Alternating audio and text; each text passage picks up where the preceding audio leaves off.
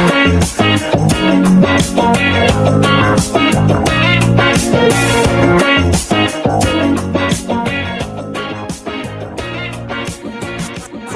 already know, man. It's Deion Dawkins, and you listening to the Real Deal Sports Show on the Beat 105.5. Good morning, everybody, and welcome back to Real Deal Sports Show. It's Saturday morning, June 22nd. We're talking sports of all sorts for the next hour. We got a lot of sports to talk about, and of course, as we do every week, we're broadcasting live from the Rock Palm Broker studio. Check out Rock Palm Broker for sure, because we broadcast live from the Rock Palm Broker studio each week, Real Deal Sports Show. Let me start off before J-GILLZ shows up.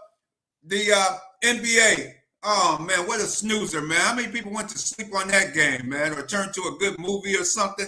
Because it wasn't much, unless you're a Boston Celtics fan or you're a diehard for seeing a serious mismatch in the NBA Finals. The Celtics took it to the Dallas Mavericks. The Mavericks going to have a lot of work to do to get back to this spot. Hey, their star player, he might have to lose some weight or something, be able to get himself to be a little quicker on defense, because his defense was horrible. Kyrie was a no-show completely, and you had another blowout. You had the Celtics winning. Congratulations on their 18th championship banner, one more than the LA Lakers. So I know the Lakers going to be, I know they did, that didn't sit well with the LA Lakers, seeing Boston move ahead of them all-time NBA championships. Congratulations to the Boston Celtics. You won it fair and square. Jason Tatum, Jaylen Brown, those cats put on a show, and just basically they were just a much better team. It was obvious that the Boston Celtics were so much better than the Dallas Mavericks. The Mavericks played hard, but you just couldn't deal with all the answers that the Boston Celtics had on offense, and also they played pretty good defense too. I mean, it wasn't much to stay in front of Luka. They stayed on him. Kyrie, I don't know what they did to him, man. That guy was not, you could see he was not himself. I don't know if he was injured or what. I haven't heard anything after the series ended about an injury or anything, but he played hurt. He played scared or something. I don't know what it was. He just wasn't himself, and he did not. Obviously, maybe the days in Boston, they knew a lot about how he plays, and they knew how to take him away from the Dallas offense from his time in Boston. So maybe that was the scouting report on Kyrie, being able to see him in practice every day for the short time period that he was a Boston Celtic, and was able to really, and the players knew how to defend him. And it was obvious they shut him down and finished that series off. But then on the other hand, another series that looked like a blowout, the National Hockey League, the Stanley Cup Finals, Florida Panthers up 3-0. They were up 3-0 in the series, thinking they're going to clinch it. Edmonton wins game 4 back in Edmonton.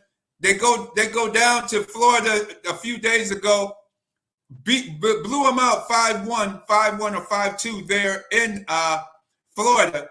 It looks to me like the Edmonton Oilers. And then last night, the Edmonton Oilers, Connor David didn't even get a point in the game, but his sidekicks all lit him up last night for a 5-2 win for the Edmonton Oilers. They've come all the way back to tie the series up 3 games apiece. It looks to me, if you look at the first 3 games, Florida contained Connor McDavid, and the rest of the Edmonton Oilers. They didn't give them room on the ice to skate. But one thing I noticed from game 4 on is that Edmonton has room. They done somehow created room on the ice to move. And if you give Edmonton ice and space, within space, they'll hurt you badly, and that's what they've done. They really dominated the series after game 3, game 4, 5, and 6. They really dominated because they've had space. Connor McDavid just went off in games 4 and 5. Man, just setting up guys, and they're scoring goals like the Edmonton Oilers of old, of my era in the 80s, when Wayne Gretzky and Mark Messier and all of those cats they had, and Grant Fuhr in goal. Grant Fuhr stood on his head. People got to remember Grant Fuhr stood on his head, and now their goalie Skinner, who's to me the liability for the Edmonton Oilers, he hasn't had to stand on his head, but he's come up with some critical saves just at the right time to keep the game Edmonton ahead or the game tied. Skinner is starting to play really well, and Florida look like they look like they're losing their leg. They look a little tired. They're a team that looked really tired from the travel between Florida to Edmonton and Edmonton back to Florida. Look like the Florida Panthers have lost their legs, and they can't seem to generate much of an offense. They can play a little defense, but Edmonton, after another gritty win last night by the Edmonton Oilers, we go to Game 7 on Monday. Thank goodness one of these winter series is competitive. So Monday night will be Game 7. I took Edmonton to win it in 6. I'm sticking with Edmonton Oilers. They definitely look like the team to beat right now because they definitely have their legs. They're definitely skating. They're definitely skating really quick. They're looking like the Oilers of the 80s. So keep in mind Edmonton to see if Edmonton Oilers win it on Monday night in Florida, Sunrise, Florida. And my guest that's coming on later on, we've been to Sunrise, Florida many times. He'll be on in the show coming up shortly. One of our special guests on the show today. So also in Rochester, New York, a week ago Saturday, a week ago today, we had the J-GILLZ speed camp. Miami Dolphins wide receiver J Gill was in town. Had an excellent speed camp here in town. And our J-GILLZ sports director from the Beat 105.5 had a chance to interview him. And we're going to play right now one of the sound bites of J-GILLZ talking about Father's Day weekend, what it means to be a father. Do we have that BacSpin? See if we can get that on. We may have that on. We'll have it on for you shortly, but here we go.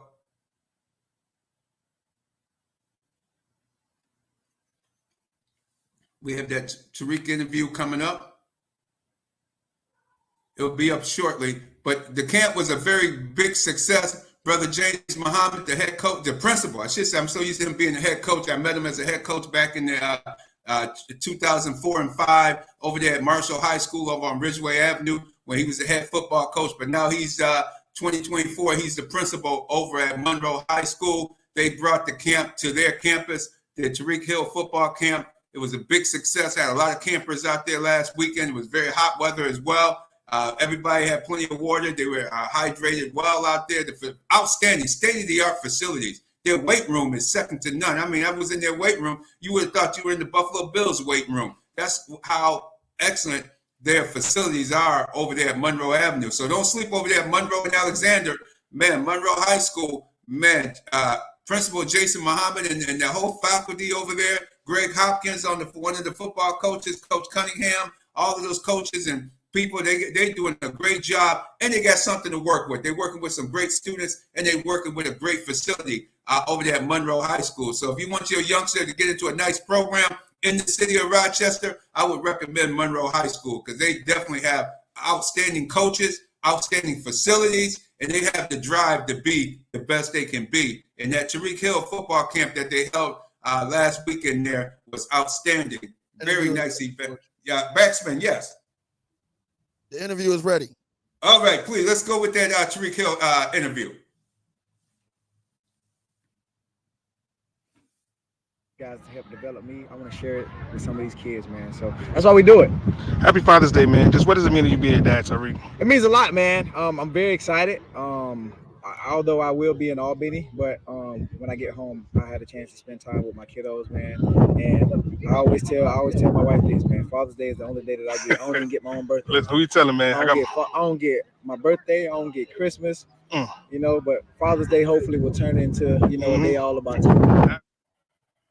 Absolutely, and that's the guy, as J-GILLZ says, Father's Day is one of the few holidays that he has off and has a chance, and he's on the road this week, last weekend with the camps, and he was talking about spending quality time with his family, which is very nice. And we're going to have some more from J-GILLZ as we get closer to the NFL season. That week 2, when the Buffalo Bills play at Miami on that Thursday night, we'll be there live at that contest in Miami, Florida on that Thursday night.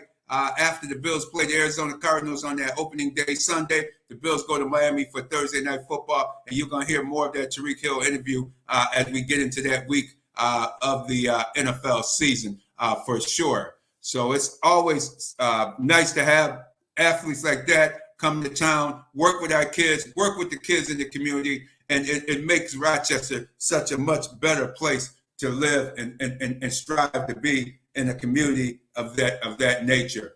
And also, I want to make sure I dedicate the show to the Buffalo 10, as we always do. Buffalo 10, you'll never be forgotten. And another person that'll never be forgotten that we dedicating this show to is the legendary Willie Mays. Willie Mays made his transition earlier this week at the ripe young age of 93 years old. 93 years old, the Say Hey Kid. He was a memory for myself, a lot of people. The man made baseball, got into baseball, and was able to strive and be successful at the major league level. And also starting from at the Rick Wood Field, where they had the game at Thursday night, they had where the Negro Leagues played at, the Birmingham Black Barons, their home field. They used the field the other night for a Major League Baseball. The San Francisco Giants versus the St. Louis Cardinals played there. It was great to see a lot of the Negro League ball players who are still alive and kicking at the game. You had guys in their 90s and their 80s. One guy was 99 years old, came out, and just to hear them tell some of the stories of the Negro Leagues and how things were back during that time period, it was simply amazing to see that take place on Thursday night. It was amazing to see that take place on Thursday night, the Negro League games and so forth. The Negro League, still, check it out, learn your history. There's a lot of history involved in there. And see, we have J-GILLZ on board. J-GILLZ, good morning. Welcome to Real Deal Sports Show on this bright, sunny Saturday morning. What, did that rain get you this morning? That rain around 5 a.m.? Hey, man. Hey, good morning to the Real Deal fan. Y'all already know how it is out there with kids. You know, got to feed the baby, get her ready, get her breakfast. Hey, man, Radney, you got to do what you got to do. I'm growing a very healthy athlete over here, all right? We got a healthy athlete on the way, so got to make sure baby girl is ready to go in the morning. But, man, oh, man, heard the first half of this show. What a great show. Exactly. That camp was phenomenal. Tyreek Hill Speed Camp. I'm happy that y'all was able to hear that Father's Day soundbite. Also, I want to make sure that if you go to the BuffaloCriterion.com, you can catch my article on the Tyreek Hill Speed Camp being right here in Rochester, New York last weekend. Phenomenal read. Check it out, BuffaloCriterion.com. There you go. And what was the vibe? You were there all day. I know I came through for a short period of time at that Tyreek Hill Speed Camp over at Monroe High School, right here in almost downtown city of Rochester. What was the atmosphere like out there, J-GILLZ? Man, well, you know, first and foremost, shout out to Principal Jason Muhammad, as you already did, for him to get that opportunity to host the camp. And like you said, right there in the heart of Rochester, Monroe Avenue, right downtown, with so many other festivities going on. It was really an electric weekend last weekend with Juneteenth festivals going all the way around Tyreek Hill, right in the heart of Rochester. It was phenomenal. It was just a good camp overall, man. He really knows how to bring the community together. And then to do this whole camp with his family, you know, his grandparents who raised him are right there, all his sisters, his cousin, his wife. They do this together. This is a global camp. They're from Frankfurt, Germany to London to right here in the States. As you heard, he'll be in Albany. Well, he was in Albany on Father's Day, actually, from Rochester to Albany. So he's just all over the place. He's moving with his family, but he's doing a great thing for the community. It was a great vibe, great weather. The kids really learned something. And one of my favorite things that he did was the media day, which is basically at the end of camp. He was able to let all the kids ask him questions. They all sat down. It was about maybe 20 to 50 kids. They all sat down. Was able to ask Tariq questions about his professional career, about his life, and he's giving kids opportunities not just to advance on the football field, but kind of see what it is in sports that they like. You know, not everybody might make it to the NFL, but he might just have made the next best journalist just by getting the opportunity to ask his questions. And those kids were very poised, very prepared, and it was just an all-around great thing to see. Shout out to our partners, Channel 8 and obviously Primetime as well for, you know, giving us that media. But it was just a phenomenal time. It was, and thank you for mentioning the media partners, especially Primetime 585. Man, Karen and Gerald and Glacius, unbelievable. I told them, I don't know how do y'all get any sleep, man? Every time I look up, you're somewhere covering a sports event or entity. You're somewhere covering events. So shout out to Primetime 585. They do a hell of a job. I know if you check the show out here, check them out because they do a lot on the high school sports scene and they cover all the sports on the high school sports scene. That really takes a lot of time and a lot of effort. It's more than a notion to think you can do this. You got to physically be prepared and be able to do it, and they've been doing it for some time now. So we definitely shout them out, Primetime 585. And that was a fantastic event. Thank you for adding the information on there. And let me backtrack real quick, too. What's your impressions of the NBA Finals, of how that series ended? Oh, man, thanks for the question, Radman. Man, I mean, these last two NBA Finals to me have been atrocious. I do love the parity in the league. Us not knowing what's going to happen. Us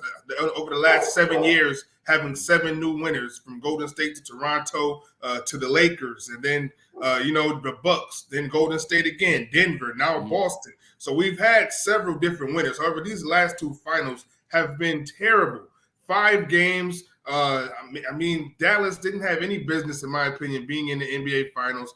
Shout out to the Minnesota Timberwolves for providing some of the best series this postseason have seen. That Game 7 with the Nuggets will go down as my favorite series of this postseason. It was a great, phenomenal series. But when I look at these last two finals, something has to give. We complained about the super teams before, and right now with the new CBA and collective bargaining agreement and everything going on with playing time, with what you can pay players, what you can trade for players, what your salary has to be, all of these cap holds, and something's going to have to give. But we can't have another one of these. The viewings were probably terrible. I didn't get the actual numbers, but you better believe if it was Game 6 of the finals or Caitlin Clark versus Angel Reese for the WNBA, I'm catching Caitlin Clark and Angel Reese. By the way, that game will be on tomorrow at 4:00 in Chicago. That series is a must-watch against those two girls. So when you talk about just the ratings, it's been terrible.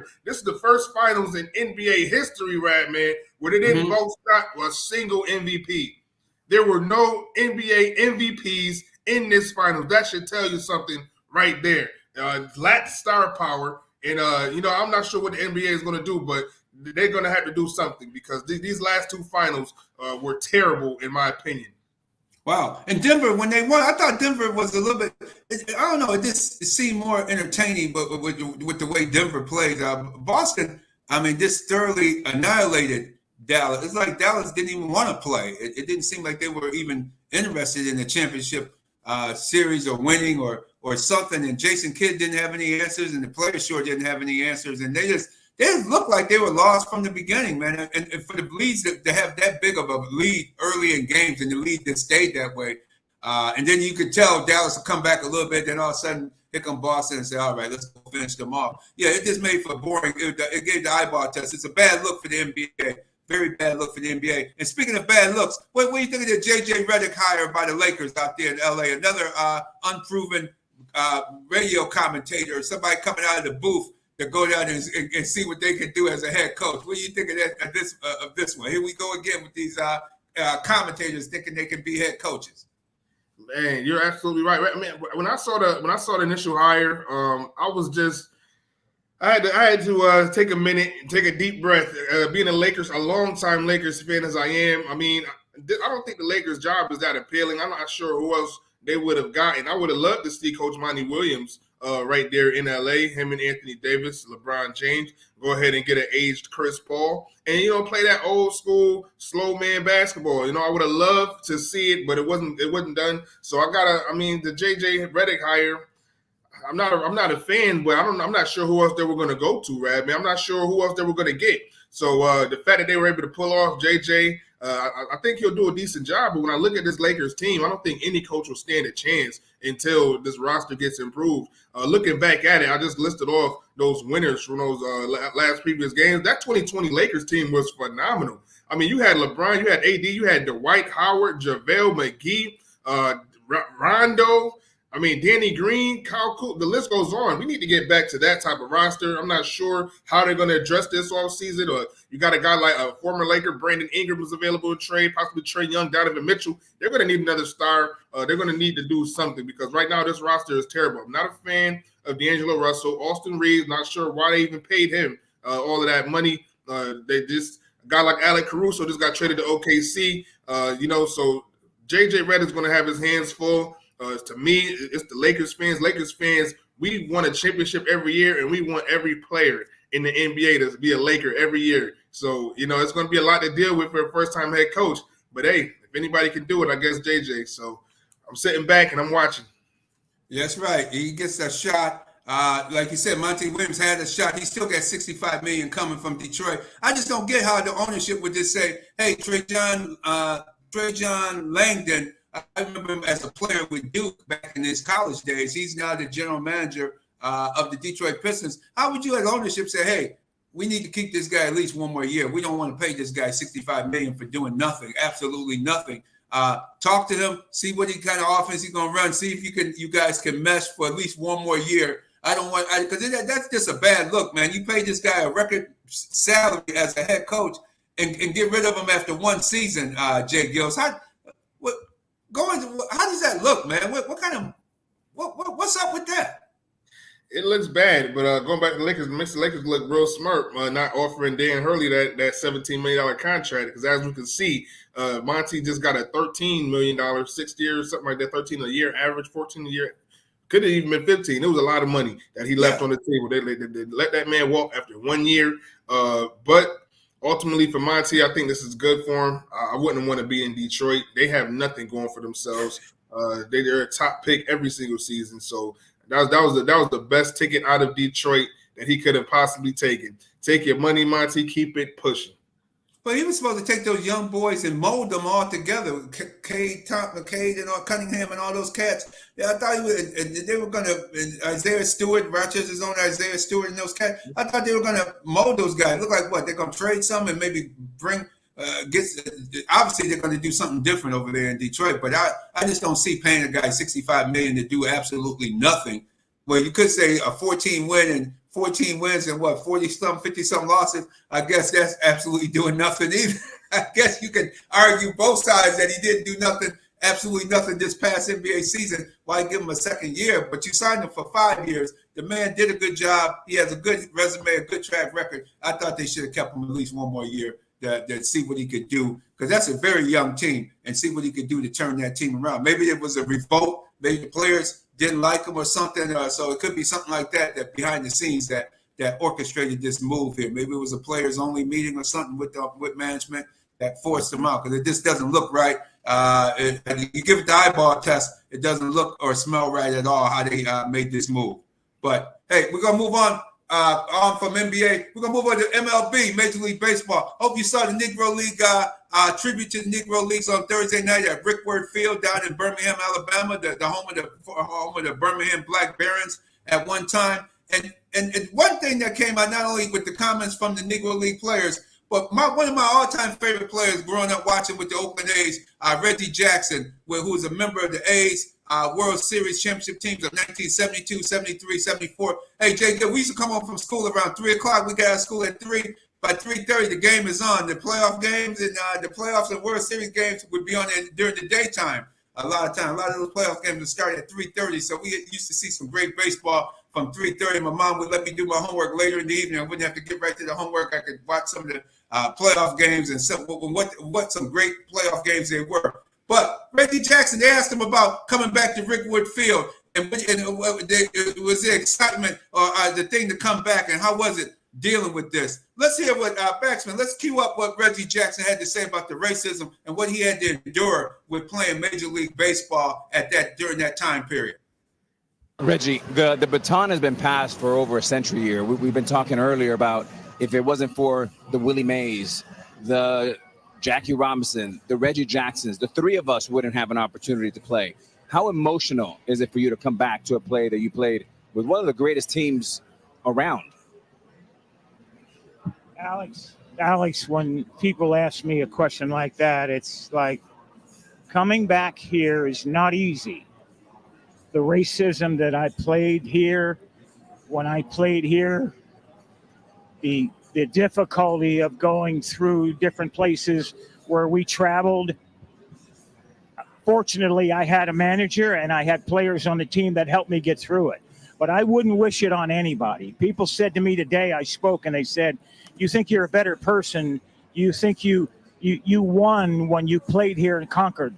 I said, I would never want to do it again. I walked into restaurants and they would point at me and said, "Can't eat here." I would go to a hotel and they say, "Then can't stay here." We went to Charlie Finley's country club for a welcome home dinner and they pointed me out with the N-word. "He can't come in here."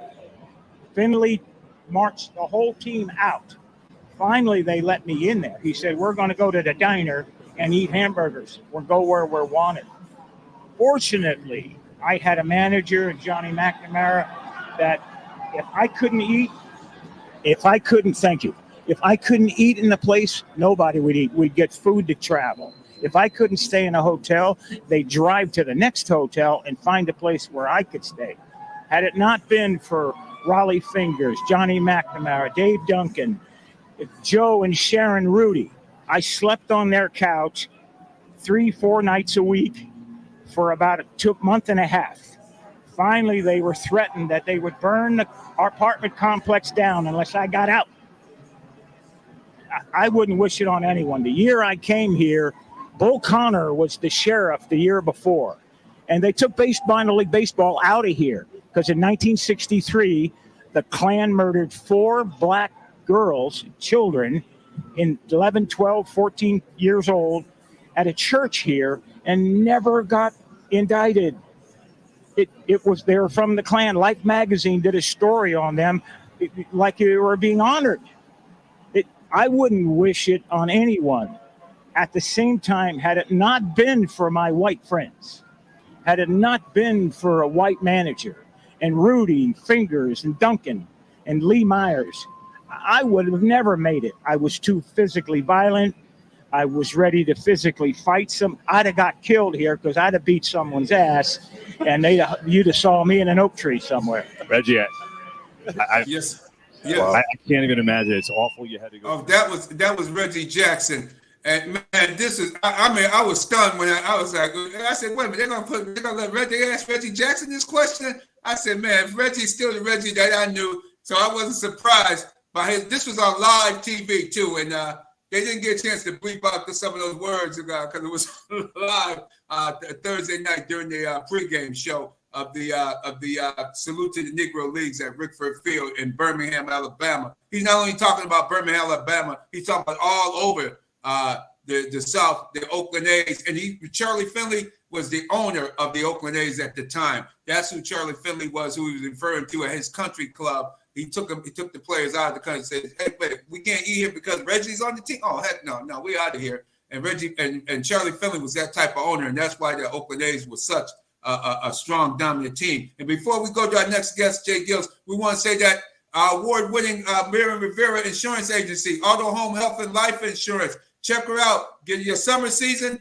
She got boats, motorcycles. If you need those toys insured, she insures the motorcycle. She got a great deal on motorcycle insurance right now for you bikers out here. Check out Miriam Rivera Insurance, 1038 Lyle Avenue or 511 Beacon Road, Suite B. Call 585-360-0094. You got that boat out on Canisius Lake or out here on Lake Ontario? Hey, she got boaters insurance as well. So those summer toys and the kids need a Humpty, getting out of college gift, you get them a car, make sure they have auto insurance, and Miriam Rivera could help save you a hell of a lot of money because she saved me and my family a hell of a lot of money. I guarantee you, Miriam Rivera Farmers Insurance Agency will save you and your family a hell of a lot of money. 1038 Lyle Avenue, 511 Beacon Road, Suite B. Give her a call, 585 area code 360-0094. J-GILLZ, would you like to bring on our next guest, J-GILLZ? And just get your comments before we bring in the next. What was your comment on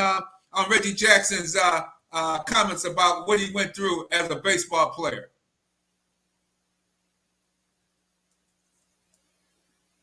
Man, that was a historic interview, and that's just something that we need to continue to highlight as our athletes of the past, whether it's a Reggie Jackson, whether it's a Bill Russell, just the things in which they had to endure after bringing such major success to the cities and teams that they've played for. We need to definitely continue to shed a light on that because it wasn't easy back then, So a Reggie Jackson interview, that was a great interview with a great answers and responses, just keeping it real, how it was. Everything wasn't glitz and glamour. So that was a phenomenal interview. Happy he was able to play it, especially on the precipice of the Negro Leagues, getting put into the MLB Hall of Fame and the stats being joined. So that's wonderful content. But Radman, we got a special guest right here on the Real Deal Sports Show. I'm not even sure if he's a guest, former co-host, a sports writing great, been in the industry for many, many years, and put many people on, including myself. We got the mighty Oba in the building. Pat Freeman, how are you doing, sir?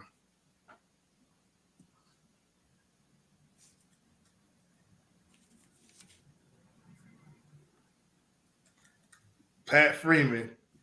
Yeah. The mighty Oba. Yeah, he's a little rusty, I guess, coming back on now.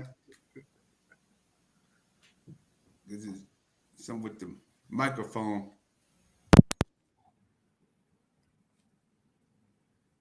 Yeah, what's your thoughts, Radman, on the Reggie Jackson interview? Yeah, the Reggie Jackson interview, I thought it was raw. He was right to the point. And think about it, this was on Fox Sports 31 on Fox televised the game. So this was on the Fox TV network that covered it all across the country. And you listen to what he had to say. You don't think about him as the guy was asking him as a player. He didn't even think about. He said, "Man, I couldn't even stay in the hotels. I couldn't even get dinner. I had to go to only certain places for dinner." Can you imagine being under that kind of pressure, man? And people calling you the N-word everywhere you went, even in the ballpark. And like he said, if it wasn't for his teammates, Joe Rudy. And I remember Joe Rudy was out. He played in the outfield with Reggie was in right. Joe Rudy was in left field. And I can't remember the center fielder's name for the life of me from that team, from that three championship teams of the Oakland A's. But they stuck together as a team. And like he said, if it wasn't for, some white people helped him out as well. And it wasn't for his teammates.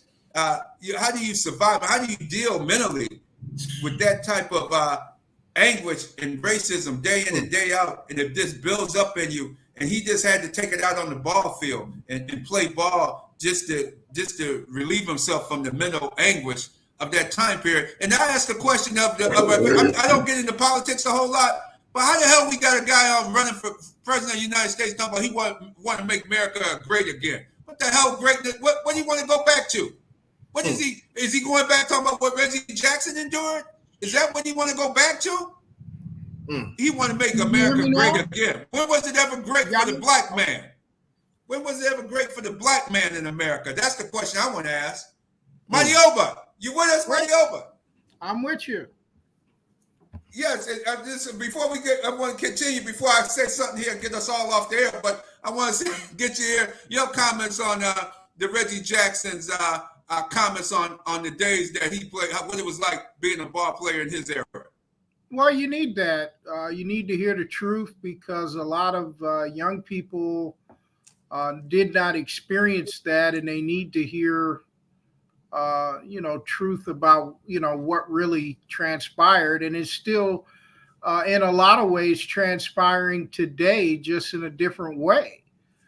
We have to fight to get sponsorship and fight to get indoors. So everything is not cleared up. It's just, it's good to hear from a truth teller like Reggie Jackson about some of the truths that these great athletes had to go through, like himself, Willie Mays, Henry Aaron. By losing Willie Mays, you lose another person that can tell you the truth about how bad it really was. And Reggie Jackson, I think it seemed like they were caught off guard. Yeah. They were expecting him to say, "Oh, it's great to be back here," and everything else. But Reggie told you the truth about what it was really like. And he told you the truth about those four little girls that were killed at a church, and the people responsible for it weren't even indicted. So those are things that you need to hear all the time, not periodically, but all the time, because you can never forget some of the heinous acts that we've endured in this country. And though it appears to have gotten better, we're still excluded out of a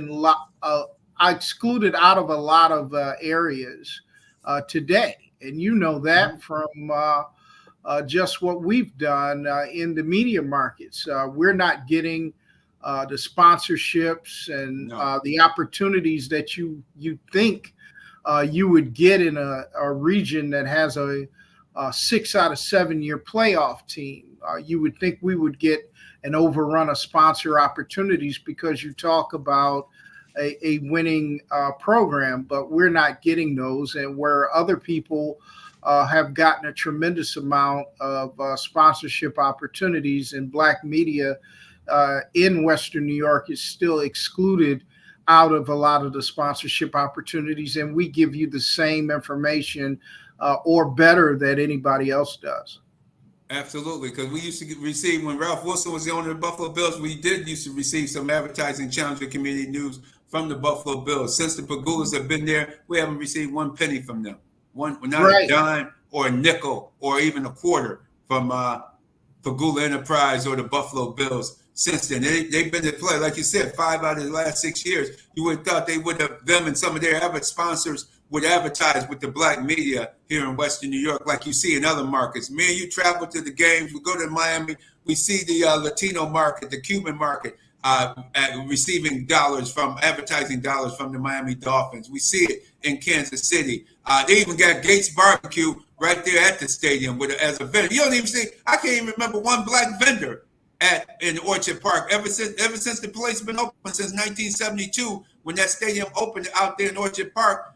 I haven't seen one Black vendor, one Black business owner as a vendor. We go to all these other markets. Kansas City, Gates Barbecue has 5 locations in Kansas City, but they also got a location right inside the stadium. Right inside the stadium. Tell the people. Dallas.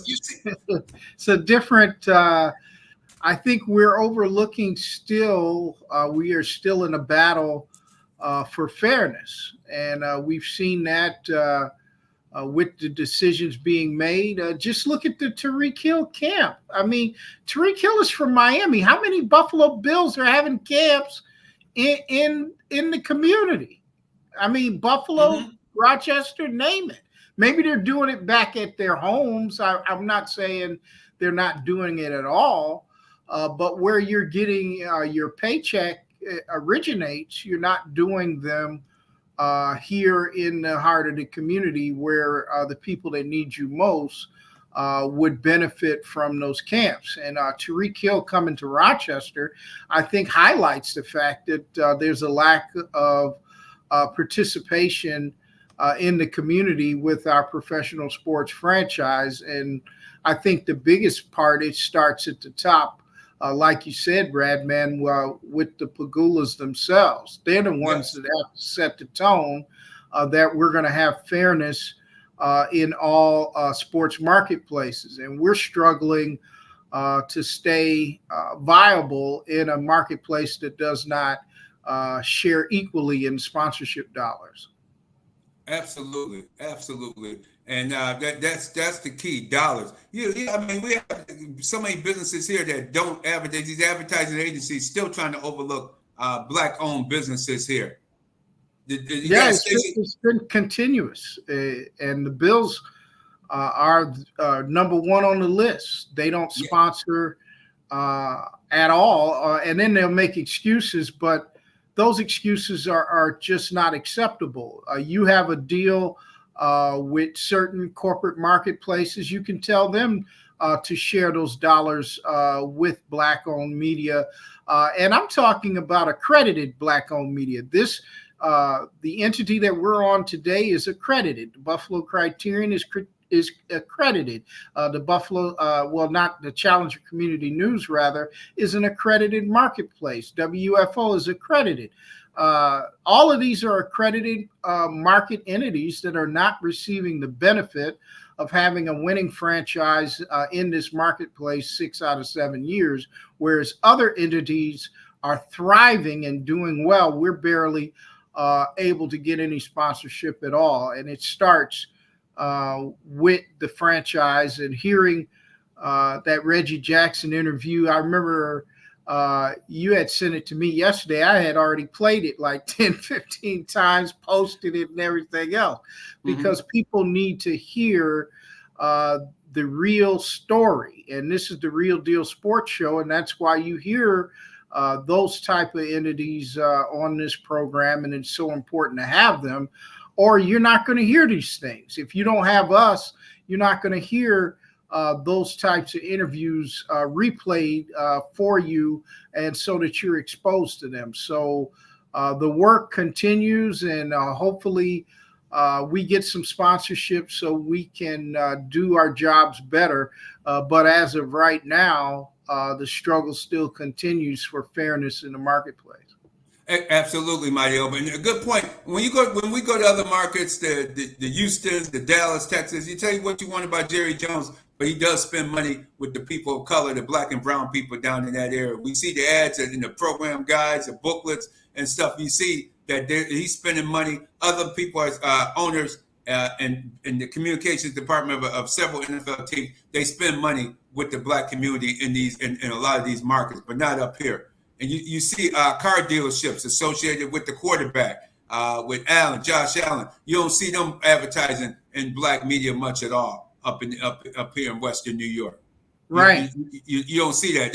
And that's a partner of the Bills. Why aren't you a partner of the community? You see the black publications covering the teams have good ratings, like you're saying, and they still don't get money from these car dealerships and these different businesses in the community. County of Monroe, they're another one. I'm talking to them till I'm blue in the face. When y'all gonna spend some money with the black radio station over here? What's going on? Black newspaper. You got all kinds of events. County got a bigger budget than the city of Rochester, but still not spending money. It's ridiculous. And people and our people think, oh man, you already people spending money. No, they're not. Why you think? Have you heard these people on our station? What makes you think they spending money? Well, have you asked them? Of course, we've asked them. I mean, yeah. Come on. You ask them all the time. They blow you off, but they're taking your tax dollars. You're footing the bill for a new stadium. Have you heard any ticket commercials, season ticket commercials on this station or in the Challenger Community News or the Buffalo Criterion? No, but they're taking your tax dollars and building a new useless facility. And I mean useless. This is a terrible decision that the higher ups have made to put an open air stadium next to a ski resort in Orchard Park that has nothing next to it. It doesn't have anything. So I'm thinking, George, that they're going to build up Orchard Park into a destination and exclude us from the planning process while taking more tax dollars. And these are the continuous battles that we're facing. And the Reggie Jackson interview reminded us of the reality from whence we came and where we are. And that's why that interview is critical to hear. And during baseball season, the greatness of the Negro Leagues and the greatness of our people playing baseball has fallen off a little bit since the inherent problems in our community. We used to get together and play baseball every weekend as a family and as friends. That was a weekly venture. After church, you would play baseball. Those things aren't happening as much, and you don't see as many African Americans playing a sport that we once dominated when the Negro Leagues entered into Major League Baseball. Absolutely, Mighty Oba. And keep in mind, that happened because Gary Sheffield and the players of that era wanted more money in the late 80s, early 90s. And they told Gary Sheffield, man, you guys keep asking for more money, man. We'll just go over to the Dominican Republic and Puerto Rico and get some cheap labor and bring those guys over here for a hell of a lot less money. And get Gary Sheffield let everybody know. He said, hey, man, they taking black people out of baseball. If you want to know why it's only 6% African-American participation on the major league rosters as of today, is because of what went down with Gary Sheffield and the star players of the late 80s, the Darryl Strawberries and all of those guys, Dwight Gooden. From that era, Gary Sheffield wanted more money. They didn't want to pay him. They said, hey, the LA Dodgers already had something set up over in the Dominican Republic where where they had their own little training facility over there. And next thing you know, all these major league teams went over and got the Dominican and the Puerto Rican ball players, which is cool. You're cool to do that, but you should. That's why you have very low, and they just ostracized the Black American ball player, and the Black kids were more forced to go into basketball and other sports other than baseball, because baseball didn't give a damn about the Black ball players from the 90s through the 2000s era for the last 2-3 decades. That's why you only have 6%. It wasn't by accident. It was on purpose, because they wanted to make more money and get cheaper labor to play the game of baseball, and that's what they did. So that's it. And I'm glad. I wish somebody would have said that during the telecast the other night. It's not by accident. Now they're coming back.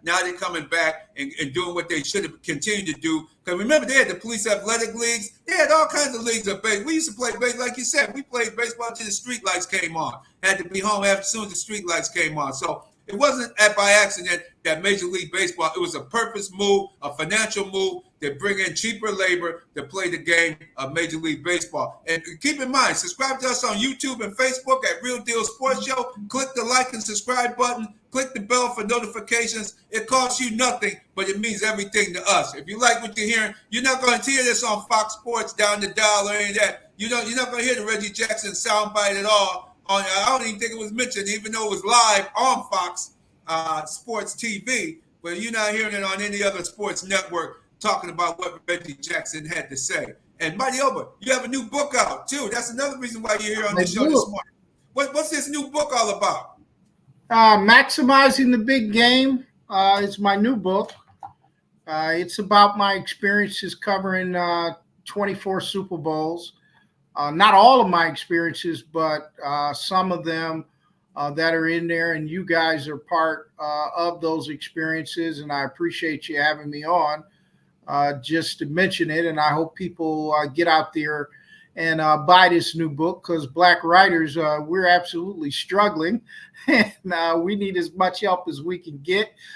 You can get the book if you're in Buffalo. Please stop by my good friend Zawadi Books on Jefferson Avenue. They have the book, but if you can't get by Buffalo, you can get it off of Amazon, Barnes & Noble's, Target, any of those major online outlets. The book is available for a very comfortable price, and you'll be supporting a struggling Black author out here trying to continue to help those, inspire those that are coming behind us.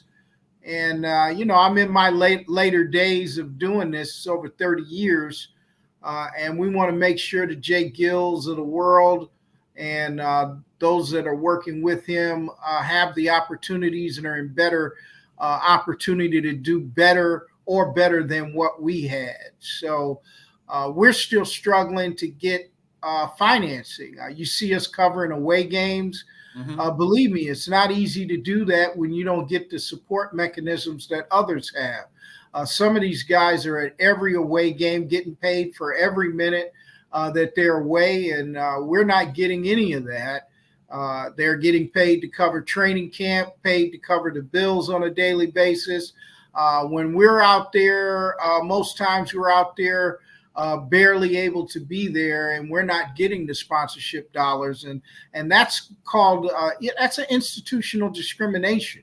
Yes. That we're not allowed in certain institutions that benefit from an entity that we're doing the same as others. And this has been a continuous fight, and it was just good to hear somebody talk real talk like Reggie Jackson. And I too was a great fan.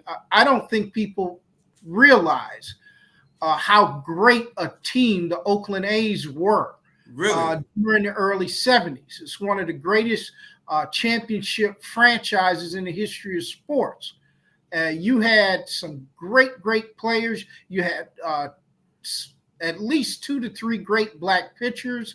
Vita Blue, what was it? Blue Moon Odoms. Man, you had some great players. Reggie Jackson was out there. He Sal talked Bando. about Joe Rudy, Sal Bando, Gene Tennis. This is one of the greatest. Bert Campaneris, yes. Raleigh Fingers, Ray Fosse, Hunter. It's one of the greatest franchises ever put together. For 3 straight years, they won the World Series against some great, not some lackluster teams. They beat the big red machine, the Cincinnati Reds. That was a great team. They beat the Los Angeles Dodgers. They beat the Mets. They were a great franchise. And Charlie Finley was one of the he was more of a radical type of owner. He had some different ideas. He had different baseball colors. They had different colored uniforms.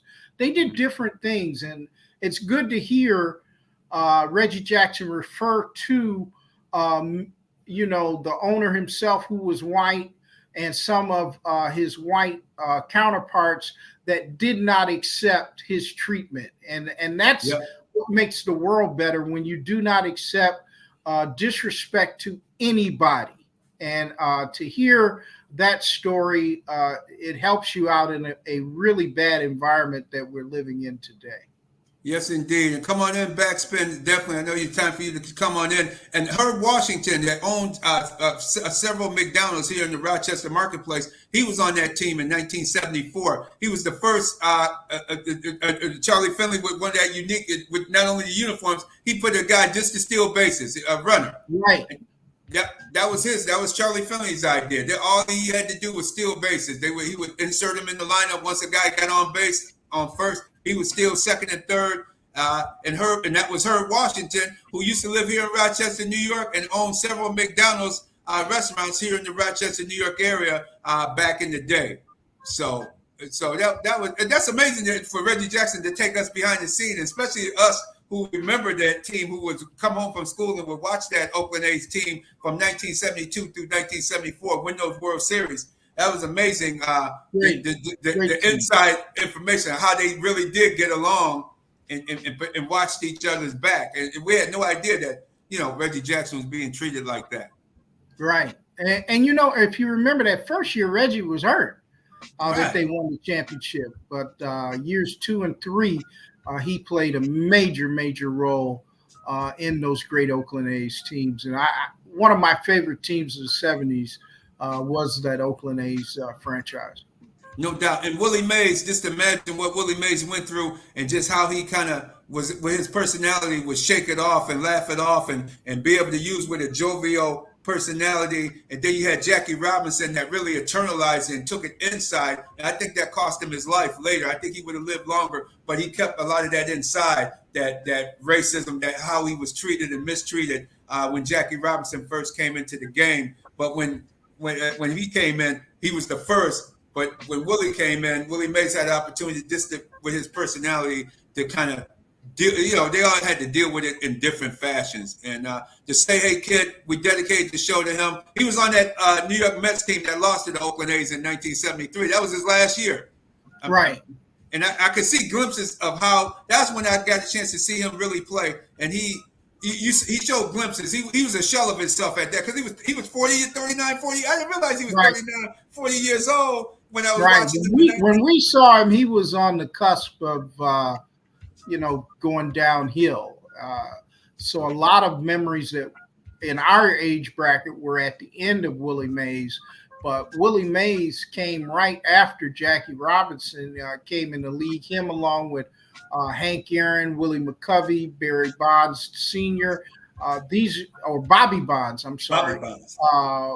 These are some great players that came out of the Negro Leagues and right into Major League that continued to dominate and make the sport probably it was at the height of its popularity in the 70s. They were bigger than the NFL back then.